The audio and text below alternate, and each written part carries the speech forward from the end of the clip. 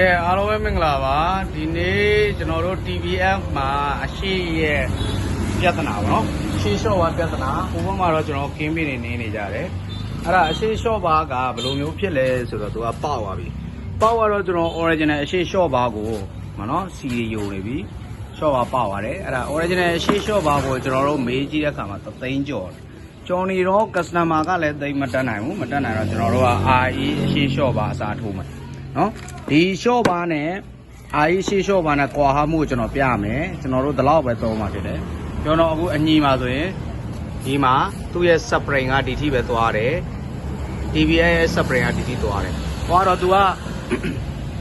ဘလို့ပြဿနာဖြစ်လဲဆိုတော့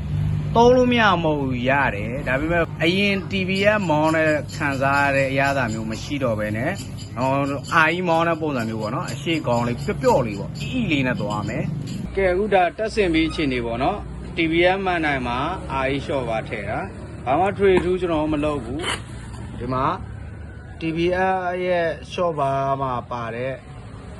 နက်ကိုဖြတ်လိုက်တယ်ဖြတ်ပြီးဒီမှာအစားထိုးလိုက်တယ်ကျွန်တော်နက်ကောင်းတွေပါအစ်စ်မထည့်ဘူးအဲ့ဒါအခုဒါပေါ့နော်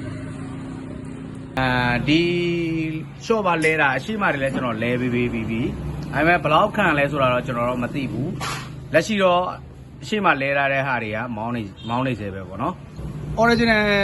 short ပါလဲခြင်းလဲရတယ်ဒါပေမဲ့လဲနိုင်ရင်လဲ RE short ပါအစားထိုးသုံးလို့ရတယ်ဆိုတော့ကျွန်တော်ပြပြီလားနော်တအားကြီးတဲ့ပြဿနာတော့မရှိဘူးဒါပေမဲ့မောင်းရတဲ့အရာသာကွာလိမ့်မယ်ဟိုပေါ့တောက်တင်မောင်းရတဲ့နေရာမှာကျွန်တော်တို့က